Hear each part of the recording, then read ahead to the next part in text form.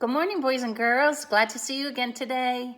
I hope everything's going well. Today I'm going to read to you this story about corduroy. We have read this before in my class, but it is one of our favorites, so I'm going to go ahead and read it again. Corduroy. The story and the pictures are by Don Freeman. So Don Freeman is the author and the illustrator of this story. Remember, the author is the person who writes the words, and the illustrator is the person who draws the pictures. Corduroy is a bear who once lived in the toy department of a big store.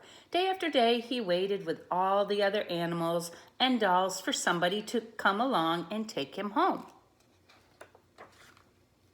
The store was always filled with shoppers buying all sorts of things, but no one ever seemed to want a small bear in green overalls. Then one morning, a little girl stopped and looked straight into Corduroy's bright eyes. "Oh, Mommy," she said, "look, there's the very bear I've always wanted."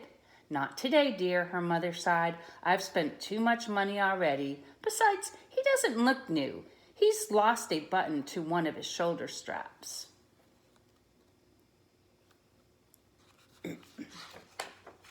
Corduroy watched them sadly as they walked away.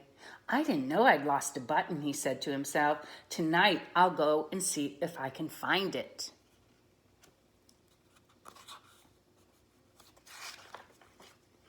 Late that evening, when all the shoppers had gone and the doors were shut and locked, Corduroy climbed carefully down from his shelf and began searching everywhere on the floor for his lost button.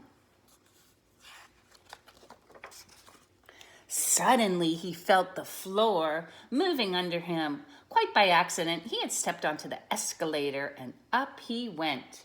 Could this be a mountain? He wondered. "I think I've always wanted to climb a mountain." He stepped off the escalator as it reached the next floor, and there before his eyes was a most amazing sight. Tables and chairs and lamps and sofas and rows of beds. This must be a palace. Corduroy gasped, "I guess I've always wanted to live in a palace." He wandered around admiring the furniture. "This must be a bed," he said. "I've always wanted to sleep in a bed." And up he crawled onto the large, thick mattress.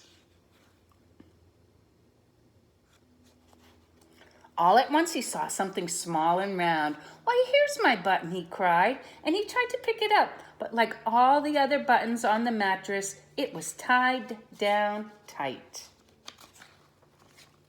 He yanked and pulled and with both paws until pop, off came the button, and off the mattress Corduroy toppled, bang into the tall floor lamp. Over it fell with a crash. Corduroy didn't know it, but there was someone else awake in the building. The night watchman was going on his rounds on the floor above when he heard the crash, and he came dashing down the escalator. "Now, who in the world did that?" he exclaimed. "Somebody must be hiding around here." He flashed his light under and over sofas and beds until he came to the biggest bed of all, and there he saw two fuzzy brown ears sticking up from under the covers. Right there, you can see Corduroy's ears. "Hello," he said. "How did you get upstairs?"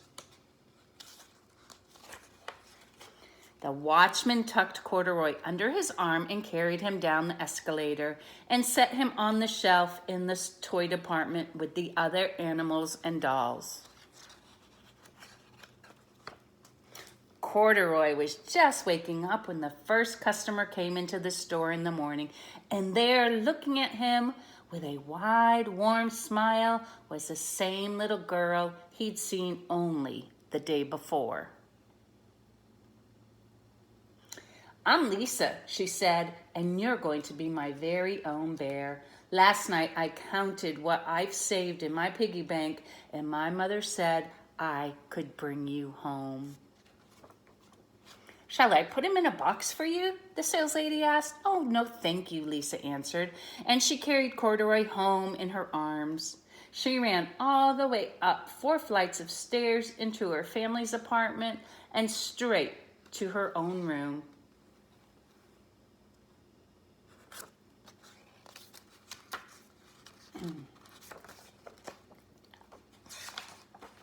Corduroy blinked. There was a chair and a chest of drawers, and alongside the girl-sized bed stood a little bed just the right size for him.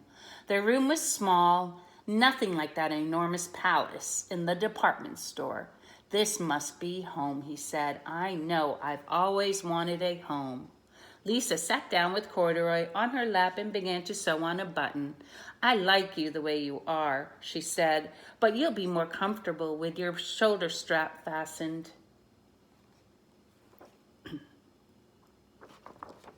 You must be a friend, said Corduroy. I've always wanted a friend. Me too, said Lisa, and gave him a great big hug. And that's the end of Corduroy. Let's think about the story for a minute.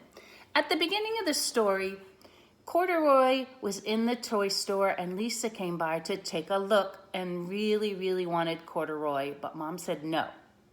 So when Corduroy realized he didn't have a button, in the middle of the story, he ventured out into the department store to look for a button. Well, he didn't quite find a button, but he found something that looked like a button. And then the security man heard him as he toppled to the ground and took him back downstairs. At the end of the story, Lisa came back to the store, paid for Corduroy, and brought him home. And that made Corduroy and Lisa very happy. They became friends.